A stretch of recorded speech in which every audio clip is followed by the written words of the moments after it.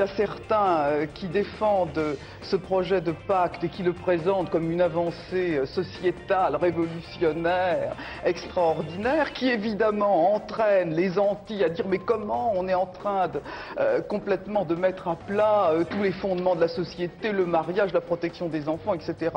Je crois que c'est tout simple finalement. Il y a des gens qui souhaitent organiser leur solidarité commune. Certains débats d'hier rappellent à première vue ceux d'aujourd'hui, même si on verra que les arguments ne sont pas toujours les mêmes. Alors justement, quels sont les arguments des pour et des anti, entre guillemets, mariage pour tous? Pourquoi cette expression s'est-elle imposée et pourquoi François Hollande semble-t-il avoir autant hésité sur ce sujet? Pour répondre à ces questions et pour déshabiller en tout bien, tout honneur, Jean-Marc, François, Christine et les autres, avec nous 4 invités. Jean-Pierre Winter, psychanalyste, auteur il y a 2 ans de ce livre, Homoparenté, et puis récemment de Transmettre ou pas, les deux chez Albin Michel. Alors vous avez émis des réserves sérieuses sur certaines propositions socialistes, notamment la PMA, mais vous suivez aussi le discours des politiques et c'est pour ça qu'on vous a invité. Éric Fassin, sociologue à l'EHESS, spécialiste des questions de genre. Vous êtes un partisan de ces réformes, mais vous vous intéressez aussi au discours des politiques sur la question et c'est pour ça que vous êtes là. Gaël Sliman, spécialiste de l'opinion, pour analyser l'impact de ces débats parfois complexes, on va le voir, sur l'opinion. Et enfin, Sylviane Rémy, linguiste ou lexicologue, pour être précise. Alors, on va commencer avec vous par revenir sur le nom de ce projet de loi, un mariage pour tous, un nom, pour le coup, repris par tous, y compris par les journalistes. Alors, c'est peut-être déjà la première victoire des partisans de ce mariage. On va le voir à travers un petit montage sur la propagation de cette expression. Je reprends la proposition de faire droit pour tous au mariage. Nous ferons au premier semestre 2013, avec Christiane Taubira et Dominique Bertinotti, le mariage pour tous. Ce droit au mariage pour tous, il serait effectif dans toutes les communes. Le mariage pour tous devrait être voté dans quelques semaines ou au plus tard dans quelques mois. Procréation médicalement assistée, dans le cadre du mariage pour tous. Vous vous êtes prononcé contre le mariage pour tous, contre le mariage homosexuel qui va être proposé en Conseil des ministres le 7 novembre prochain. Est-ce que vous célébreriez ce type de mariage si 2 personnes se présentaient à vous? Je veux d'abord dire mon opposition totale au mariage homosexuel. On la connaît, mais la question... cette expression de mariage pour tous qui ne veut strictement rien dire. Voilà, ça ne veut strictement rien dire, dit-il. Et il souligne finalement, enfin c'est ce qu'on entend, hein, que reprendre ce terme, c'est déjà reprendre une expression des partisans de ce mariage. Et c'est vrai que cette expression a remplacé celle qu'on utilisait il y a encore quelques mois, mariage homo, mariage gay, qui du coup ont quasiment disparu. Alors, quel sens donner à cette expression, Sylviane Rémy, et pourquoi, selon vous, s'est-elle imposée, y compris dans la bouche des journalistes? Alors, je rebondirai sur la parole de François Fillon, qui dit, cette expression, il dit 2 choses. Je ne l'aime pas, ce qui est une position de rejet. Et d'autre part, elle ne veut rien dire. Pourquoi ne veut-elle rien dire, à son avis? Parce qu'il y a pour tous.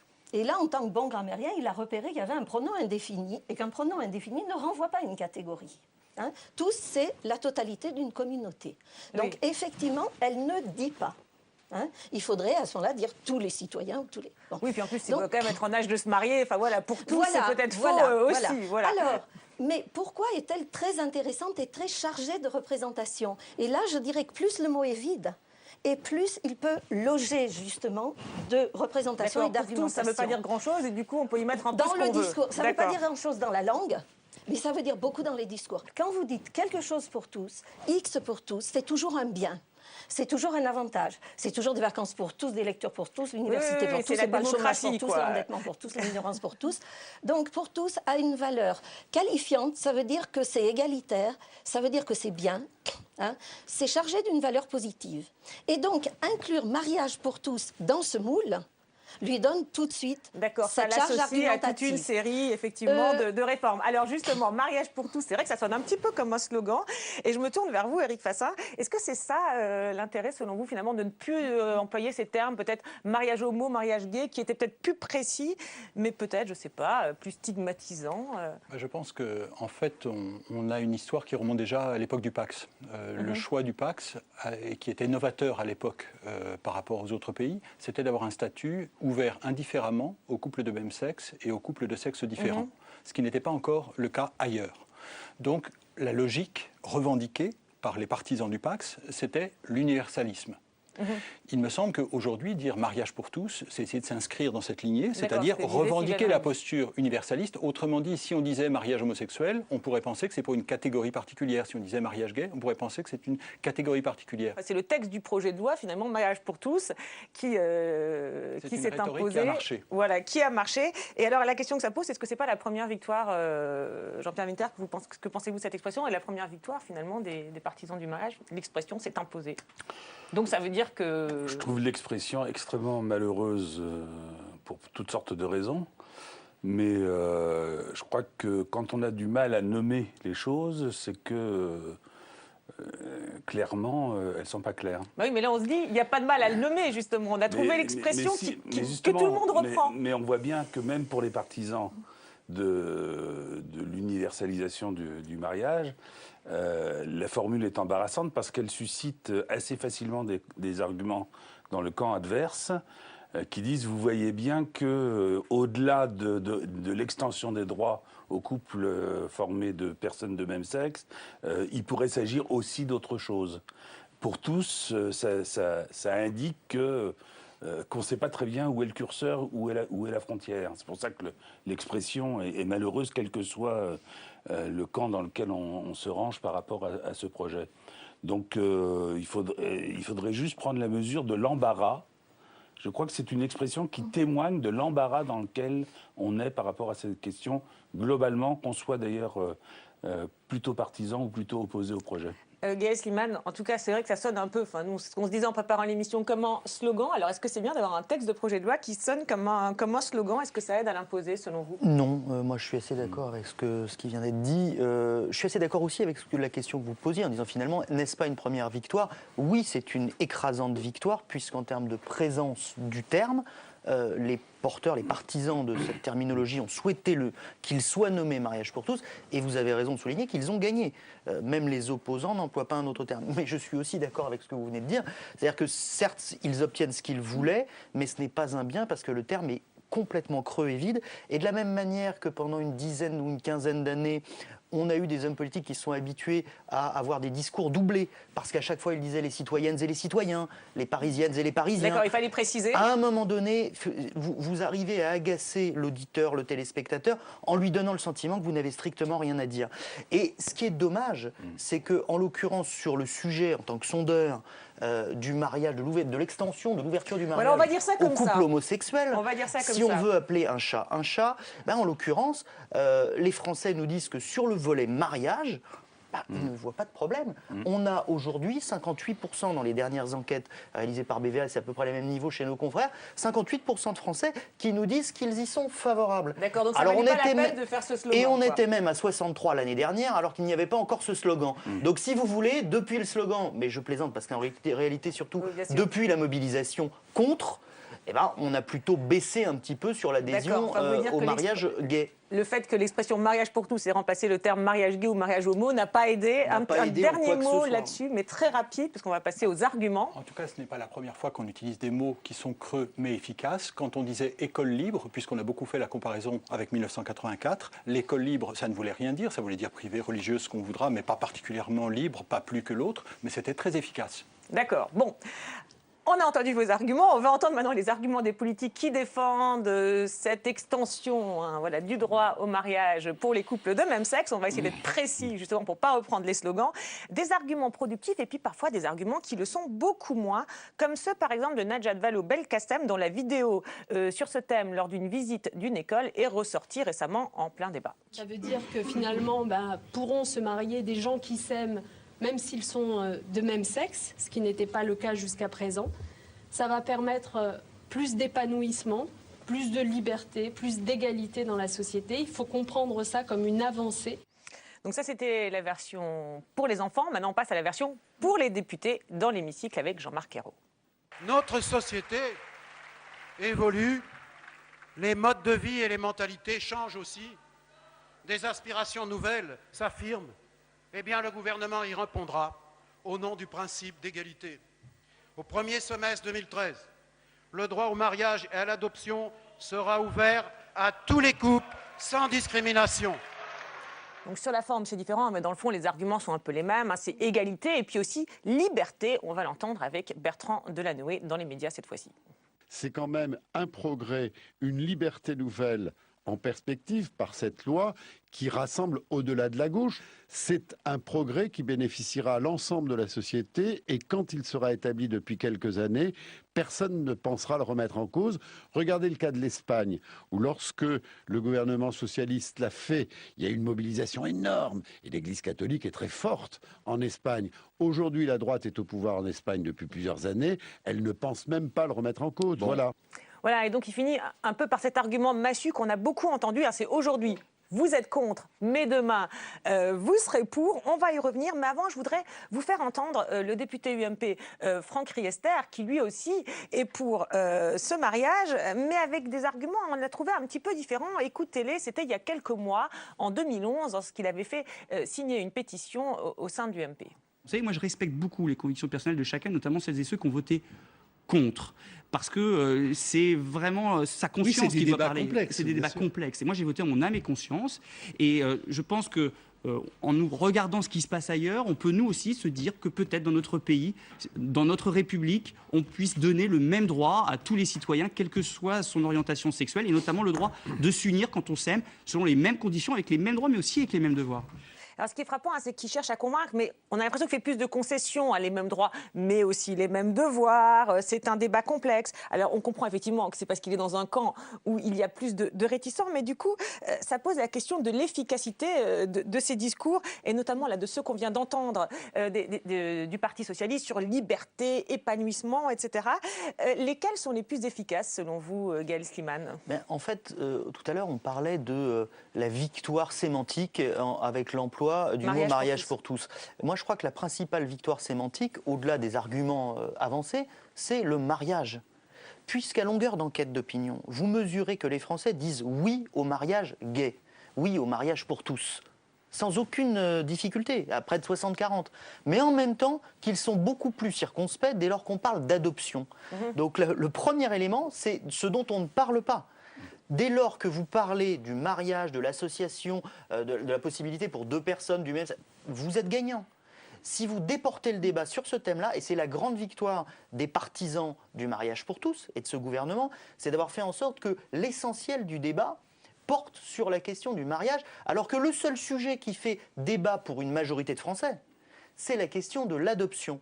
Parce qu'effectivement, tous les arguments qui sont donnés à liberté, égalité, progrès, épanouissement, c'est des arguments qui concernent le mariage. Après, pour répondre plus directement à votre question, Franck Riester est plus efficace que ne le sont Bertrand Delanoë ou Najat Vallaud-Belkacem, justement parce qu'il ne prend pas les gens pour des idiots et qu'il assume que, certes, cela pose des questions, que ça mérite des débats, qu'on n'est pas forcément un affreux homophobe si on est contre ce mariage pour tous, mais en même temps, il explique que lui est pour. Donc je pense qu'en termes de capacité à convaincre, il est plus efficace que ne l'étaient les autres intervenants. C'est vrai que les mots qui sont utilisés sont des mots très très forts à chaque fois par les partisans du mariage. Vous en pensez quoi de ces mots, Sylviane Rémy? Alors, il y a trois niveaux d'arguments. Il y a l'argument de l'amour, qui est relativement récent, contemporain. Ce n'était pas l'argument du 19e siècle. Il y a l'argument des grandes valeurs transcendantes, l'unité nationale républicaine. Il y a l'argument de la dimension temporelle. C'est nouveau, donc c'est bon. Oui, donc ça, il y a le progrès, il y a le sens de l'histoire. Pour rebondir sur ce que vous venez de dire, on dit le mariage, tout le monde est pour, et après il y a le problème de filiation, de procréation. Bon, si on dit mariage pour tous, on modifie quand même le sémantisme du mot. C'est-à-dire que jusque-là, quand on disait mariage, cela impliquait mariage entre un homme et une femme. Regardez les dictionnaires, jusqu'en... bien sûr. Voilà, et alors... je passe sur les dictionnaires. C'est mariage entre un homme et une femme. À partir du moment où vous faites surgir mariage homosexuel, cela veut dire qu'il y a un mariage spécifique, un droit à la différence, qui est le mariage homosexuel. Mais si vous dites mariage pour tous, vous réintroduisez dans le mot mariage une indifférenciation sexuelle, et cela veut dire mariage entre deux personnes. Donc, il y a bien une reconfiguration sémantique du mot qui, du même coup, va entraîner quand même aussi ce problème symbolique au niveau de la filiation. Vous voulez dire que je ne découplerai pas, si j'ose dire, le problème du couple et le problème de la filiation au niveau des mots. Alors, vous dites la victoire aussi, c'est d'avoir utilisé, voilà, d'avoir cantonné le débat sur un sujet. Éric Fassin, quand on réécoute là, les arguments des uns et des autres, c'est vrai qu'il y a un côté, là encore, un peu slogan chez les partisans, épanouissement, égalité, progrès. Enfin, vraiment, on a l'impression, ça fait un peu penser à ce que disait Roselyne Bachelot dans le teasing. Ceux qui survendent en disant que c'est merveilleux vont forcément entraîner des réactions en face, peut-être, de ceux qui vont vouloir prendre le contre-pied. Pourquoi, selon vous, utilisent-ils de tels arguments aussi massus? Comme vous le disiez bien, on change le sens d'un mot important. Il y a un changement. C'est clair, je pense que personne ne peut contester qu'il y ait un changement. Oui, bien sûr. Donc à partir du moment où on fait un changement, il faut bien le faire à partir de certaines valeurs. Sinon, pourquoi le faire? Il me semble que l'erreur, en revanche, c'est de se fonder uniquement sur un discours un peu flou sur l'amour. Parce que, bien évidemment, s'il s'agit d'amour, ça ne suffira pas pour justifier l'ensemble des ouvertures qui sont proposées aujourd'hui. Et effectivement, l'avantage du terme de mariage, c'est qu'il paraît consensuel. L'inconvénient, c'est qu'il rend d'autant plus problématique la suite, c'est-à-dire premièrement ce qui est aujourd'hui prévu, l'ouverture de l'adoption, et deuxièmement ce qui aujourd'hui est exclu, la PMA. Mais donc vous dites que c'est finalement une erreur, ça peut paraître habile, mais en fait c'est une erreur parce qu'on met tout sur le mariage. Alors ça y est, l'égalité, la liberté, le progrès, l'épanouissement, qu'est-ce qui va rester comme argument pour la suite? Or la question de l'égalité se pose aussi pour la filiation, bien sûr. Et alors il y a l'argument du progrès, et puis le côté aujourd'hui vous êtes contre, demain vous serez pour, qui est très très utilisé. Je voulais savoir ce que vous en pensiez, Jean-Pierre Winter, et puis de ces arguments en général. C'est de bonne rhétorique de dire ça, parce que c'est totalement imprévisible, on verra bien. C'est pas parce que ça a été vrai dans le cas du divorce, du droit à l'avortement, du Pacs, etc. C'est pas pour ça que ça sera vrai pour quelque chose qui n'a rien à voir avec tout ça, et qui est un véritable changement anthropologique avec une portée considérable. Mais l'argument qui consiste à dire de façon répétée, massive, à s'auto-proclamer dans le camp du progrès, etc., il a évidemment une portée plus importante chez les jeunes que chez les plus âgés. Pourquoi qu'ils s'en fichent un peu d'être pour le progrès quand Non, c'est pas ça, c'est que les plus âgés, d'abord peuvent avoir effectivement une certaine nostalgie d'un certain type de société dans laquelle ils ont été élevés, mais en plus, ils ont l'expérience de ce qu'on leur a déjà promis au nom du progrès. Ce que les jeunes n'ont pas encore. Ils l'auront aussi, mais les plus âgés se souviennent de comment on était traité, même quand on était de gauche, par exemple, et qu'on disait qu'il y avait des camps en URSS, ou quand on disait qu'il y avait des camps de travail ou la famine en Chine.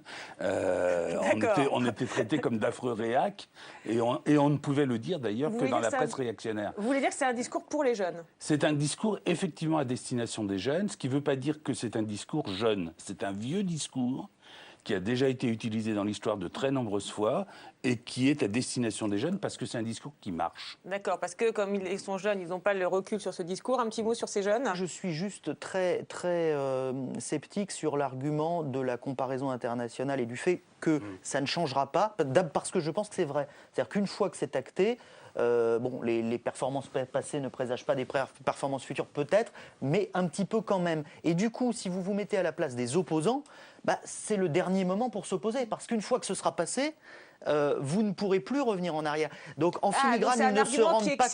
C'est un argument qui peut exciter les adversaires de ce projet de loi. Surtout que 11 pays qui sont pour, ça veut dire au moins 180 qui sont contre. Oui, on n'a pas calculé exactement combien, mais oui. Mais ça veut dire qu'aucun n'est revenu en arrière, y compris lorsque la droite y est revenue au pouvoir. Oui, mais c'est ça l'élément majeur. Ça veut dire chiffon rouge pour les autres. Allez-y, c'est maintenant ou jamais qu'il faut s'opposer. Bien sûr, mais ça veut dire que vous avez perdu.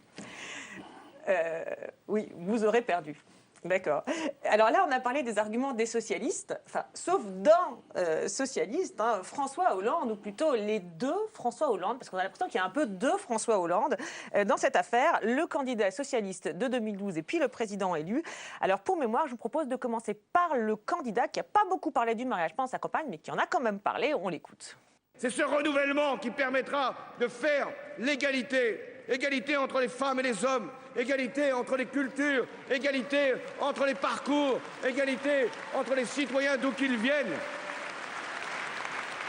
Et c'est aussi au nom des principes d'égalité et de liberté que je reprends la proposition de faire droit pour tous au mariage et de donner là une nouvelle illustration des progrès de notre société. Voilà, là aussi, les progrès. Donc, on retrouve un peu les mêmes arguments, mais avant ceux qu'on vient d'entendre tout à l'heure. Sauf que François Hollande, une fois élu, était évidemment nettement plus en retrait. On se souvient de sa déclaration devant les maires de France. On écoute. Vous avez évoqué, Monsieur le Président, un sujet qui est celui du projet de loi sur le mariage pour tous. Je connais les débats qu'il suscite. Ils sont légitimes dans une société comme la nôtre. Les maires sont des représentants de l'État. Ils auront, si la loi est votée, à la faire appliquer. Mais, je le dis aussi, vous entendant, des possibilités de délégation existent. Elles peuvent être élargies. Et il y a toujours la liberté de conscience. On se souvient que cette expression liberté de conscience avait suscité un tollé. Du coup, le président a rétropédalé en recevant des associations gays à l'Élysée. Alors du coup, il a été accusé d'être sous l'influence de lobby. Enfin bon, on pourrait penser à une maladresse, sauf que le même scénario s'est reproduit sur la question de la PMA. Alors là aussi, procréation médicalement assistée. Là aussi, pendant la campagne, il était pour. Il dit à Grazia, dans le magazine Grazia, une femme doit pouvoir y recourir, soit parce qu'elle ne peut pas avoir d'enfant, soit parce qu'elle ne souhaite pas avoir de relation avec un homme, donc c'est clair. Et pourtant, là aussi, en décembre 2012, il semble nettement moins favorable. Écoutez-le. Le texte tel qu'il a été préparé prévoit le mariage pour tous et l'adoption. Il n'intègre pas la procréation médicale assistée. Cette question-là sera sûrement débattue au Parlement, qui en décidera souverainement. Si j'avais été favorable, je l'aurais fait intégrer dans le projet de loi. À ce stade, j'ai considéré que c'était le mariage et l'adoption. Mais si le Parlement, et je crois qu'il y aura des propositions d'amendement, décide d'aller dans le sens de la procréation médicale assistée, le Parlement est souverain. Voilà, alors il parle de l'amendement dans le cadre du projet de loi, entre guillemets, sur le mariage pour tous. Alors depuis, les députés socialistes ont renoncé à cet amendement, mais enfin quand même, on comprend pas très bien s'il est contre la PMA en général ou contre la PMA dans ce texte. Enfin nous, ça ne nous a pas paru très clair en préparant l'émission. Je veux savoir ce que vous entendiez l'un et l'autre dans ce qu'il dit.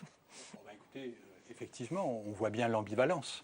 Il me semble que ce n'est pas simplement les mots, mais la manière de bafouiller qui est inhabituelle chez un président qui a une éloquence facile. Donc très clairement, il envoie un signal peut-être à son corps défendant qui est l'ambivalence du président sur la réforme dont il est porteur. C'est d'autant plus embarrassant qu'à certains égards, la raison pour laquelle on entend beaucoup parler de progrès, de liberté et d'égalité, même si pour ma part je souscris à ce discours, mais la raison pour laquelle on en parle beaucoup, c'est parce que aujourd'hui le gouvernement n'a pas beaucoup d'autres éléments à mettre en avant qui montrerait une rupture très grande avec ce qui a précédé. Donc le mariage, c'est un peu la seule ressource identitaire aujourd'hui de la gauche gouvernementale. Et que même sur ce sujet, alors qu'on n'ose pas changer grand-chose sur l'économie ou la politique d'immigration, que même sur ce sujet, le président manifeste une telle ambivalence, c'est effectivement assez embarrassant. Vous dites à son corps défendant. Pourquoi à son corps défendant? Est-ce que vous pensez parce que quand on se met à bafouiller, on peut penser que le corps parle malgré soi. D'accord, mais l'ambiguïté, ça l'est peut-être pas. Je pense que vous êtes mieux placé que moi pour le dire. D'accord, mais l'ambiguïté est peut-être voulue. Non, mais je suis entièrement d'accord, sauf que j'en tire pas les mêmes conclusions. C'est-à-dire que je me dis heureusement qu'il est... heureusement qu'il bafouille. Heureusement qu'il bafouille et heureusement qu'il laisse passer le message qui... Même si c'est à son corps défendant, c'est quand même, je crois, plus en accord avec ce à quoi il pense et à quoi il croit vraiment. À savoir que... on l'entend dès le premier passage là que vous avez... Quand il est pour le mariage, il parle de la liberté, de l'égalité entre les hommes et les femmes, etc. Et puis pour ce qui est du mariage entre personnes du même sexe, c'est à la fin de sa longue série, il dit « je reprends aussi ». Cette proposition, et je reprends, ça veut bien dire que c'est pas la sienne. C'est-à-dire il n'y a pas pensé tout seul, quoi. C'est pas un truc. Ah, d'accord. Donc vous dites même pendant la campagne, finalement, déjà pendant la campagne, on aurait pu comprendre qu'il n'était pas à ce point favorable à ce qu'il va défendre politiquement. Parce que, par ailleurs, il est divisé entre le personnage politique qu'il se doit d'incarner et qui a derrière lui un parti qui, lui, semble ne pas hésiter sur la question, encore que chacun sait que c'est plus compliqué que ça. Mais personnellement, je dois dire, il me fait un peu rire, quoi. Parce que on sait bien qu'il n'est pas favorable au mariage. En général, voilà, lui c'est le mariage pour personne. Mais au-delà de ça, au-delà de ça, ça ne regarde que lui, je crois que il doit se sentir assez mal à l'aise quand il défend comme une valeur de gauche le droit au mariage et à son universalisation. C'est le mariage c'est quand même assez inédit, quoi. Donc vous dites qu'il était déjà mal à l'aise pendant la campagne. Alors c'est vrai qu'en tout cas sur la procréation médicalement assistée, il en a parlé dans la campagne, mais surtout dans la presse écrite. Interview à Tétu et à Gradia. Donc là on a un peu de mal à voir si c'est à son corps défendant ou pas. Donc on a parlé de son langage non verbal, de ses hésitations, mais du coup ça pose quand même la question de la stratégie, parce qu'on voit bien qu'il y avait quand même une vraie, on a l'impression à voir ça qu'il y avait une vraie stratégie. Je donne des signaux pour pendant la campagne, pas beaucoup, pour que ceux qui sont pour entendent que je suis pour. Et puis après, je sais pas, je suis ambiguë pour que tout le monde ait l'impression. 30e ou 31e proposition quand même, donc c'est dedans, il l'a porté. Je suis tout à fait d'accord, j'avais relevé aussi le... je reprends cette proposition. Bon. Mais le vrai problème, et d'ailleurs c'est à mon avis pour ça que l'adhésion des Français au mariage gay diminue à longueur de sondage, même s'il reste très majoritaire, c'est parce que pour les Français, ce n'est pas la priorité. Et que dans les enquêtes d'opinion, on voit bien que les gens sont extrêmement attentifs au sentiment de diversion. Ils ont été habitués aux diversions sous l'ère Sarkozy, avec un certain nombre de sujets sécuritaires qu'on mettait en avant pour ne pas avoir à parler de ce qui intéressait vraiment, c'est-à-dire l'économique et le social. Et là, les enquêtes qualitatives nous montrent que les Français ont un peu le même sentiment. C'est-à-dire qu'en gros, oui, le mariage gay, pourquoi pas ?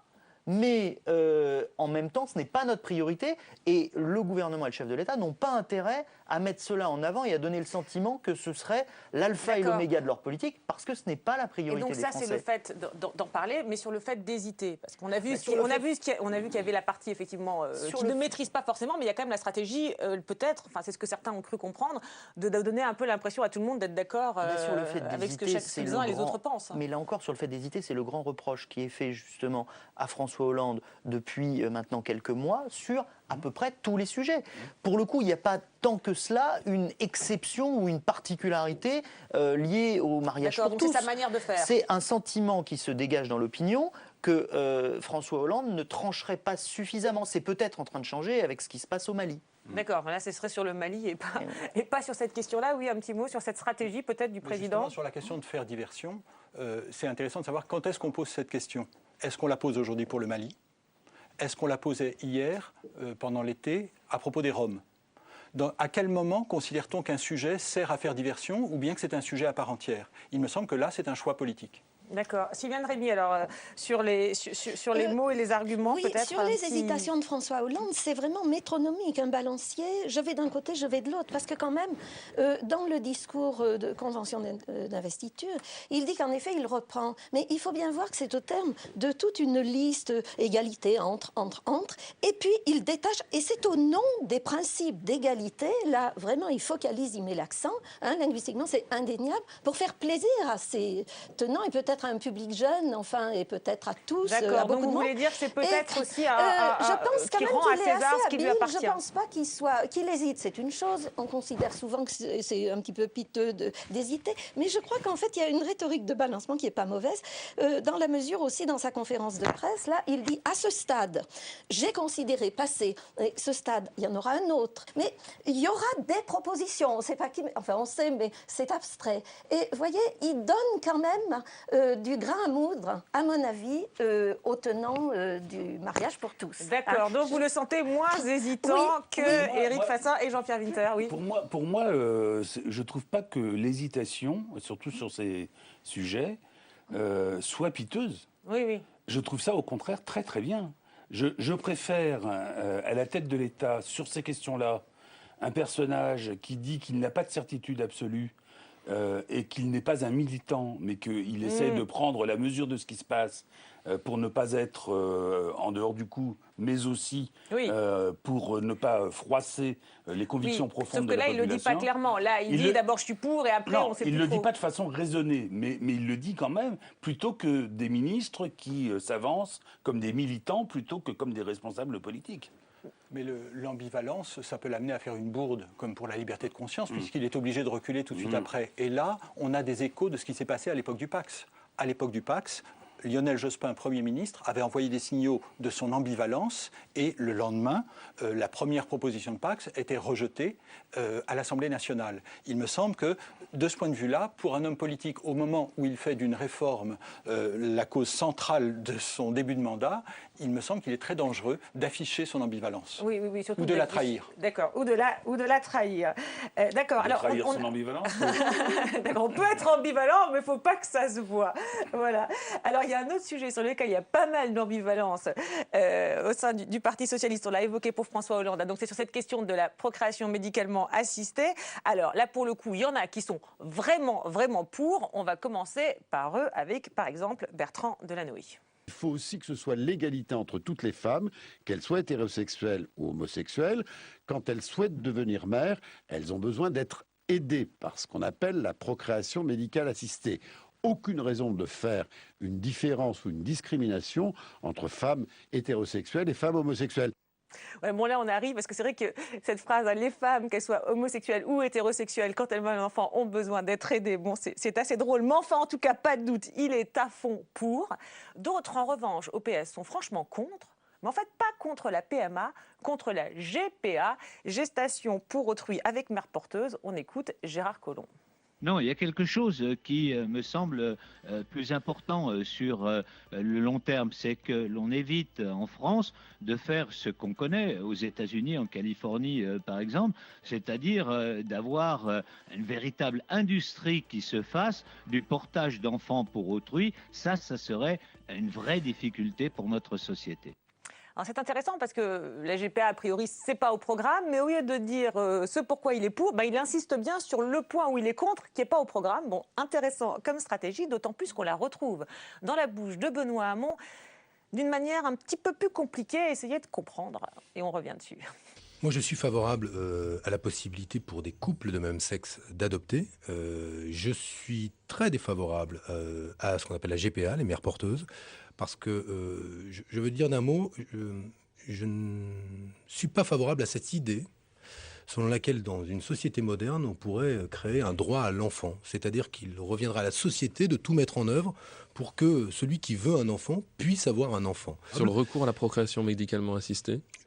J'y suis favorable dès lors que on considère que pour un couple de lesbiennes, de la même manière que pour un couple hétérosexuel stérile, cette possibilité est permise, étant donné qu'elle fait intervenir cette fois-ci le sperme d'un tiers, là, mais que le couple de lesbiennes peut aujourd'hui parfaitement, dans ces conditions-là, avoir un enfant, donc j'y suis plutôt favorable à la PMA. Donc il faut que ce soit dans la loi ? Faut qu'on en discute. Moi j'y étais favorable avant, j'ai pas changé d'avis lors de la convention égalité que m'avait demandé de présider Martine Aubry pour le Parti socialiste. Je m'étais prononcé et pour le mariage pour tous et pour l'homoparentalité et la PMA pour les couples de lesbiennes. Je ne suis pas favorable en ce qui me concerne à la GPA.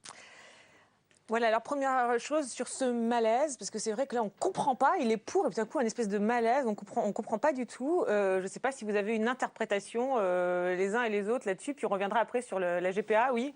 Il me semble que, en fait, ceux qui sont favorables à l'extension des droits sont toujours suspects de ne plus vouloir mettre aucune limite. Et donc, ils tiennent à rappeler qu'ils sont d'accord pour mettre des limites. D'où la GPA, gestation pour autrui, location d'utérus, etc. Parce qu'ils sont toujours confrontés en face à un argument qui est celui de la pente savonneuse. Lorsqu'il y avait le Pacs, il y a 15 ans, on disait ça va être le mariage. Lorsqu'il y a le mariage, on dit ça va être l'adoption. À partir du moment où on dit oui, mais le mariage et l'adoption, on s'en fiche, on dit attention, il y aura la PMA. Et pour les gens qui s'en fichent un peu de la PMA, on leur dit attention, il y aura la GPA. Donc en réponse à l'argument de la pente savonneuse, c'est-à-dire il y a toujours autre chose derrière, eh bien, il y a la réaction de Hamon qui dit mais ne vous inquiétez pas, nous aussi nous mettons des limites. D'accord, d'où le fait qu'on finalement on parle de cette GPA dont il n'est pas du tout question par ailleurs dans le projet de loi. Oui. Mais l'argument de la pente savonneuse, il ne vient pas de n'importe où. Quand Elisabeth Guigou, que vous n'avez pas sélectionnée là, reconnaît il n'y a pas très longtemps que quand elle voulait faire passer le PACS, elle avait dit il n'y aura pas l'adoption et il n'y aura pas la PMA derrière. Quand elle reconnaît que c'était un mensonge pour faire passer le projet, elle dit bien que les politiques ne sont pas forcément crédibles sur le sujet. Et alors c'est pour ça qu'il est mal à l'aise selon vous, Benoît Hamon ? Il est mal à l'aise, je pense qu'il est mal à l'aise aussi parce que je ne comprends pas comment on peut ne pas être mal à l'aise par rapport à ça. Surtout quand on est responsable politique. Je pense qu'on est tous beaucoup plus divisés sur le sujet qu'on ne veut bien le reconnaître quand on est en public. C'est une question extrêmement complexe et il est très difficile d'arriver avec des certitudes qui sont fondées sur des fantasmes des uns ou des autres. Pour terminer sur l'argument, parce que vous disiez au départ, c'est très habile de mettre le mariage en avant, enfin même si on a vu que ça pouvait être un double tranchant, vous l'avez dit, parce que ça peut susciter des réticences sur la suite, et sur le fait de mettre déjà la borne d'après. Finalement, on ne parle pas de la PMA, les socialistes en parlent très peu, sauf ceux qui sont pour, mais on nous borne déjà les choses avec la GPA, hein, la gestation pour autrui. Excusez-moi, mais les socialistes en ont beaucoup parlé de la PMA. Ils ont même dit qu'ils proposeraient un amendement. Oui. C'est d'ailleurs la raison pour laquelle François Hollande a dit « je m'en remets au Parlement ». Pardon. Les socialistes qui sont pour en ont parlé, mais on n'a pas beaucoup entendu dans les médias de socialistes contre. Par contre, le contre s'est exprimé à travers la GPA. C'est ce que je voulais dire, pardon.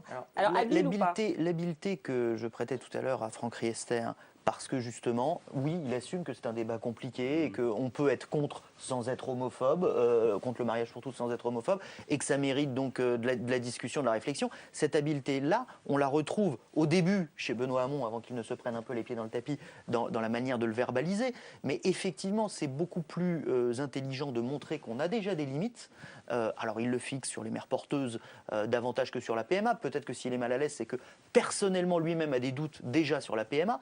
Mais en tout cas, c'est plus habile de défendre... Oui, il ne le dit pas. Mais c'est plus habile de défendre la PMA en expliquant qu'on a une limite et qu'on ne pense pas... Vous avez vu, il reprend même un terme. Je ne crois pas au droit à l'enfant.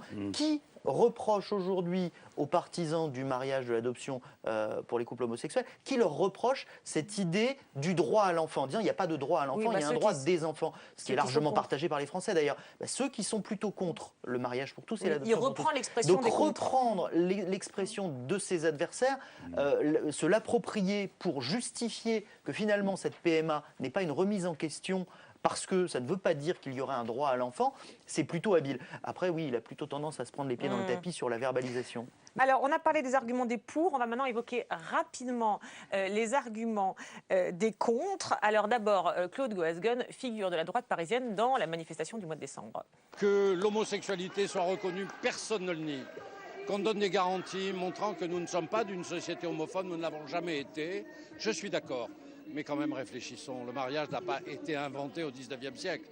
Le mariage est une situation qui est un fondement de la société sur le plan de l'hérédité, du patrimoine. Ça a des conséquences considérables, tout ça. Voilà, et maintenant l'incontournable, Christine Boutin, toujours très en vogue sur ces sujets. Pour moi, le mariage, c'est la reconnaissance sociale du pouvoir de procréation d'une génération qui est transmis à une autre génération. Le mariage, c'est pas deux personnes qui s'aiment. Ce n'est pas uniquement ça. Ce n'est pas uniquement ça. Et du reste, non, c'est pas deux personnes qui s'aiment et qui ont envie de. Oui, mais c'est pas uniquement de l'officialiser. Non. C'est pas. Mais il y a aucune raison. C'est pas parce qu'on s'aime qu'on doit avoir une protection de l'État. C'est pas du tout ça. Le mariage assure la protection des plus fragiles et en particulier des enfants. Donc voilà, c'est la raison du mariage. Donc ça, c'est la Christine Boutin d'aujourd'hui, assez proche de Claude Goasguen, on va dire, et des arguments de l'UMP. Alors, on a eu envie de voir ce que disait Christine Boutin il y a quelques années. Par exemple, en 99, lors des débats sur le PACS, là, elle était franchement contre, mais vous allez voir, c'était pas avec les mêmes arguments. Je ne suis pas favorable au mariage des homosexuels parce que je ne crois pas qu'il soit bon d'ériger en norme l'homosexualité. L'homosexualité est par nature la difficulté d'atteindre l'autre dans sa différence. Et quand on ne peut pas atteindre l'autre dans la différence, c'est l'exclusion. Alors c'est incroyable parce que c'est vrai que ce genre d'argument, on ne les a pas du tout réentendus.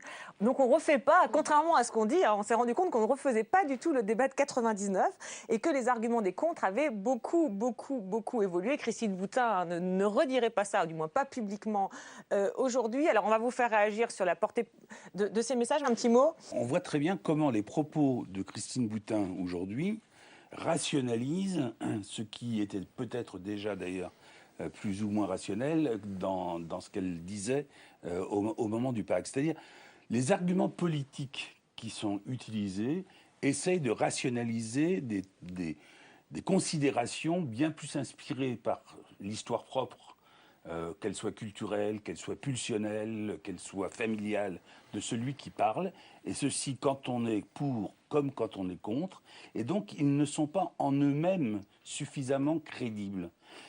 C'est-à-dire que Christine Boutin, quand elle fait sa tirade sur la filiation, ce qui m'intéresse quand j'entends ça, on a un doute sur sa crédibilité. Ouais. Oui, voilà, mais comme on peut en avoir un dès que quelqu'un rationalise son propos en essayant de lui donner une cohérence collective ou acceptable par la collectivité. Ce qui m'intéresse dans ce qu'elle dit, par exemple, c'est comment elle prend la mesure de ce qui se passe sur le long terme entre le PACS et aujourd'hui, comment elle prend la mesure de ce qui se passe pour pouvoir trouver les mots et la rhétorique et l'argumentation qui, au fond, ne changent rien à ce qu'elle ressent profondément, mais qui va s'exprimer d'une façon tout à fait inédite, tout à fait nouvelle. Et ça, c'est vrai des deux côtés. C'est pour ça que je dis je préfère quand même les gens qui font état de leur clivage, vous préférez de leur division. Benoît Hamon et François Hollande qui bafouillent voilà, que ceux qui rationalisent trop. Ils sont moins tentés par la rationalisation la plus extrême. Un petit mot. Ce qui est frappant, c'est le point de départ. Claude Goasguen qui dit ça n'a rien à voir avec l'homophobie, et d'ailleurs, l'homophobie n'a jamais existé dans notre pays. C'est une des clés, me semble-t-il, de compréhension, c'est l'affirmation répétée que ça n'a rien à voir avec l'homophobie. Donc ça veut dire qu'à une époque où il est possible de dire que l'amour homosexuel, ça n'a pas vraiment de sens, comme à l'époque du Pacs, Christine Boutin dit cela. Aujourd'hui, ça ne se dit plus. Tout le monde trouve que les homosexuels s'aiment et que c'est formidable. Et donc, elle est simplement contre l'ouverture de la filiation. Donc, il me semble qu'on voit là une évolution qui est dictée par l'évolution du rapport à la question de l'homophobie dans notre société. Christine Boutin, lorsqu'elle dit « c'est pas l'amour, c'est la reproduction », ce qu'elle exprime, c'est le point de vue du droit canonique et non pas le point de vue du droit civil. Pour le droit civil, le mariage n'est pas nécessairement défini par la procréation. La preuve, la possibilité d'adopter à titre individuel. La preuve, la possibilité de recourir à la PMA aujourd'hui sans être marié en tant que couple. Oui, mais la base du mariage, on va dire, dans la société, ça a été au départ ça c'est dans le droit canonique. Dans le mariage civil, c'est pas défini non plus par l'amour. Non, mais je suis bien d'accord. Le discours sur l'amour n'est pas plus vrai par rapport au droit. Nous sommes bien d'accord. Bon, et alors on va donner, comme on approche de la fin, le mot de la fin à Gaël Slimane. Oui. Alors, sur le sujet de l'homophobie, ce que je trouve quand même intéressant, c'est que par rapport à l'exemple de ce que vous avez montré, à ce qui s'est passé au moment du Pacs, vous avez des centaines de milliers de personnes qui manifestent dans la rue, dans Paris et dans toutes les grandes villes de France. Et effectivement, on n'entend pas de propos homophobes, on n'a pas d'attitude homophobe par rapport parfois à des personnalités qui pourtant appartiennent à des mouvements qui historiquement ont pu, Claude Goasguen a la mémoire courte, se montrer assez excluants.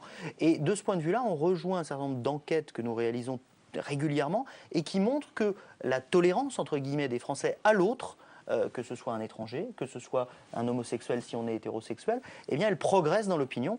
Et de ce point de vue-là, c'est au moins une bonne chose qu'on soit pour ou contre ce mariage. D'accord, oui, on parlait des bourdes à pas commettre pour exciter l'adversaire. On peut dire que là, les anti-mariages ont fait très attention. Ils ont été impeccables. Ils ont été impeccables, voilà, quelles que soient leurs ambivalences, etc. On ne leur fait pas de procès d'intention, oui. Sauf quand ils parlent de nazisme. D'accord. Oui, mais vous remarquerez que le seul qui a parlé de nazisme est un homosexuel. C'est ce qu'il dit. Très bien, merci. Vous finirez ce débat. Merci à tous les quatre.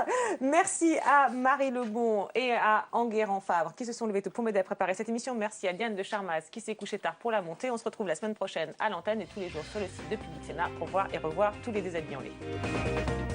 Et du point de vue du lexique, c'est prégnant quand même dans les représentations sociales. Le fait de fonder une famille. Alors j'ai comparé les dictionnaires et je me suis rendu compte que les dictionnaires les plus prudents mettent simplement union légitime. Non, mais je me plaçais du point de vue du droit. Ça ne contredit pas ce que vous dites, c'est simplement, vous dites dans l'usage courant, et je dis dans l'usage du droit. Voilà. Et donc je dis, elle est dans l'usage strict du droit canonique. Oui.